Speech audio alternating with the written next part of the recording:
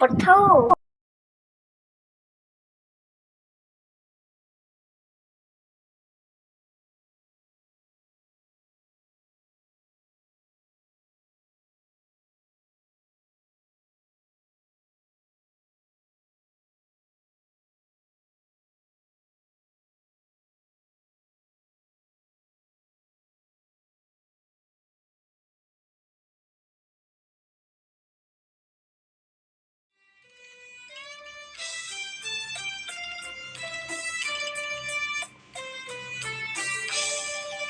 ប្រងកូនស្រី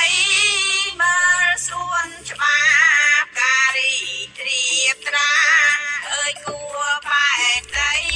កូលាផ្សេងចាំតិចកូនម៉ែចាប់ធ្វើការងារតិច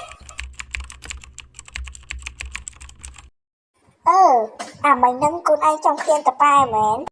បាទម៉ែកូនចង់ឃ្លានតប៉ែចង់ស្លាប់ហើយនេះកូនប៉ុន្តែក្នុងភូមិយើងណាអត់មាន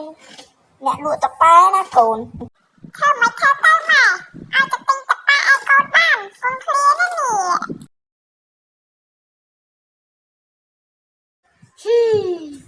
អារឿងកូនឃ្លានតប៉ែនេះកាត់ឡើងវល់ខួរហើយក្នុងភូមិយើងដូចអត់មានអ្នកលក់តប៉ែប៉ុន្តែអាកន្លែងលក់តប៉ែហ្នឹងយើងឆ្ងាយទៀតរកកំណត់តិចសិនអូណាឃើញហើយយកបាសមកចាក់មកមីនាងនេះវៃភ្លេចកាត់ឲ្យដល់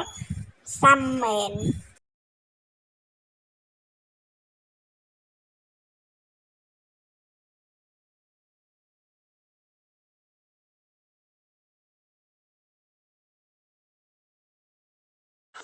មានលក់ដាក់បាយត្រៀបកូនអ្នកលក់តប៉ែមានរសជាតិឈ្ងុយឆ្ងាញ់មានលក់ដាក់បាយត្រៀបពោតសំបោមានរសជាតិឈ្ងុយឆ្ងាញ់មានលក់ដាក់បាយត្រៀបពោតសំបោមានរសជាតិឈ្ងុយឆ្ងាញ់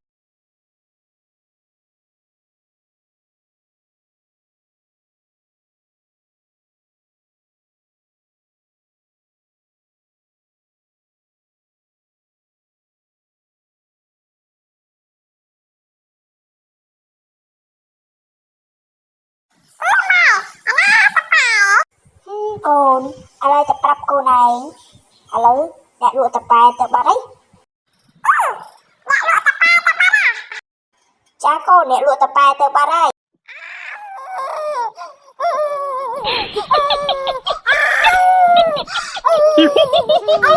មិនចង់ឃើញកូនយំទេប៉ុន្តែអាយុខ្លាំងទៅអានោះមិនតប៉ែកូន